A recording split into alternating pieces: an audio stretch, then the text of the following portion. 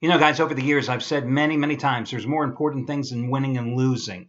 And that doesn't mean I have a cavalier attitude or approach towards what we do, this thing we call gambling that we love, because nobody likes to lose. But again, there's more important things. Case in point, yours truly. I mean, in the last 12 hours, I had to bring my wife to the hospital, the emergency room, where she's still under observation right now because of chest pains and shortness in breath. And the irony is she's in a hell of a lot better shape than me.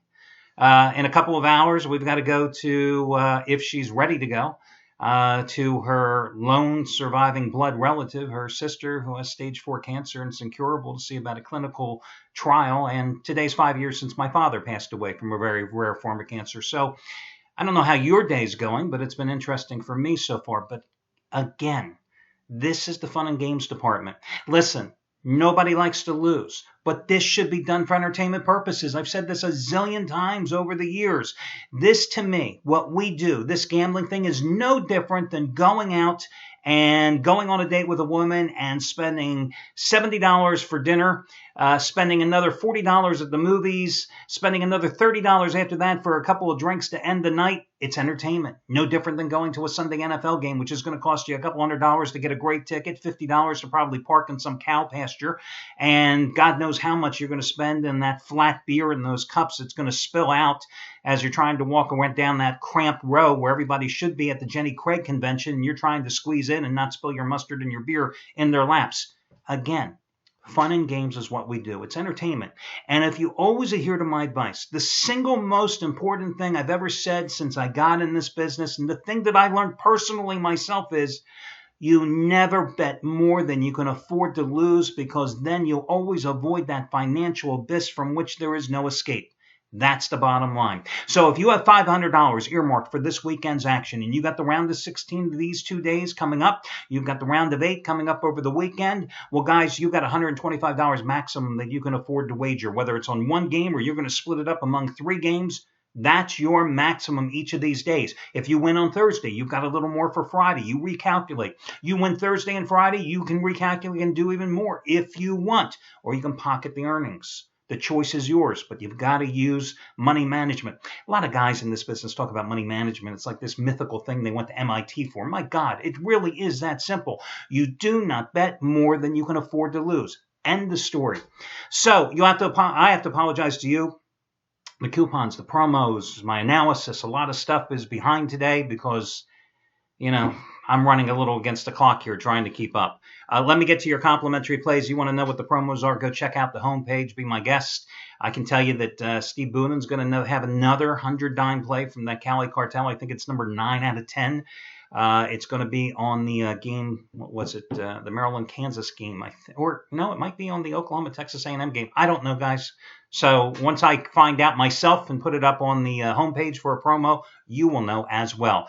So let me get to the complimentary plays. Before I do that, let me just point out that so far through the first 4 games, the first and second rounds in the tournament, the favorites are 27, 23, and 2 against the spread.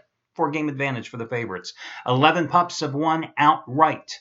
Last year in the round of 16, the favorites covered 6 of 8 games, but the 2 years prior, the dogs went 12-4 combined. What does it all mean? Absolutely nothing. So we move on. Let's talk about the game between Villanova and Miami. I find this a very difficult game. Listen, I get to watch the Villanova Wildcats a lot, being, for part of the year living in the suburban Philadelphia area. Jay Wright's got a good team, but like any typical Jay Wright team, it's a guard-oriented team. Doesn't have a lot of size. Miami has a little advantage down low. A little bigger, a little bulkier, better team under the glass.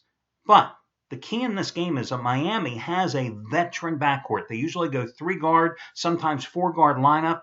Their 2 starters, their best scorers in the backcourt are Angel Rodriguez, one of 2 fifth-year seniors. He's coming off 28 points in that 65-57 win over Wichita State, a team that also lives and dies with its backcourt. And Miami, Florida shot great in that game. 55% shooting, 7 triples in that game. Jumped out to a 27-6 lead, almost lost all of it, but did hold on for the win. Villanova's coming off an easy rout of Iowa, 87-68. But listen, Iowa's coming off an overtime win against Temple a couple of nights prior, and this Iowa team is not the Iowa team that you saw back in December and January. Villanova shot 47% from three-point range here in the tournament so far, but on the season, they only hit around 35.5%. So you can't count on that success continuing. I think this is going to go right down, tooth and nail, right down to the end. I've got to grab the 4 points, and I don't think you're going to get 4.5. I don't think this is one of those games that you wait till later in the day and try to get that extra half point for free.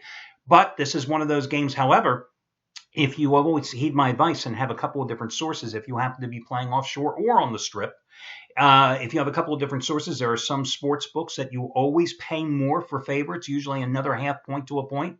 Well, this is clearly one of those situations. If you like Miami of Florida like I do, then you've got to be playing there because you're going to get that extra half point at no extra cost and probably get 4.5 in that game.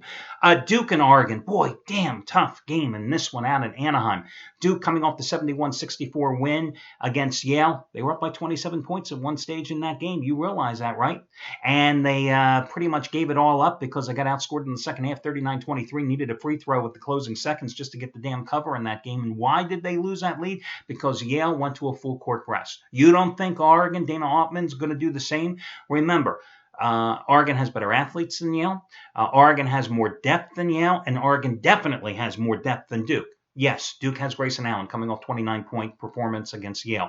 They have got Brandon Ingram coming off a 25-point performance and 5 rebounds against Yale. But the Ducks just come at you in waves. Now, the Ducks did not play well in their second-round win against St. Joseph's. I mean, they were down 7 by 5 points with 5 minutes to go in that game before winning at 69-64. And they were out-rebounded by a smaller St. Joe's team, and they had a horrible performance from Triple Land, hitting just 6 of 24 threes.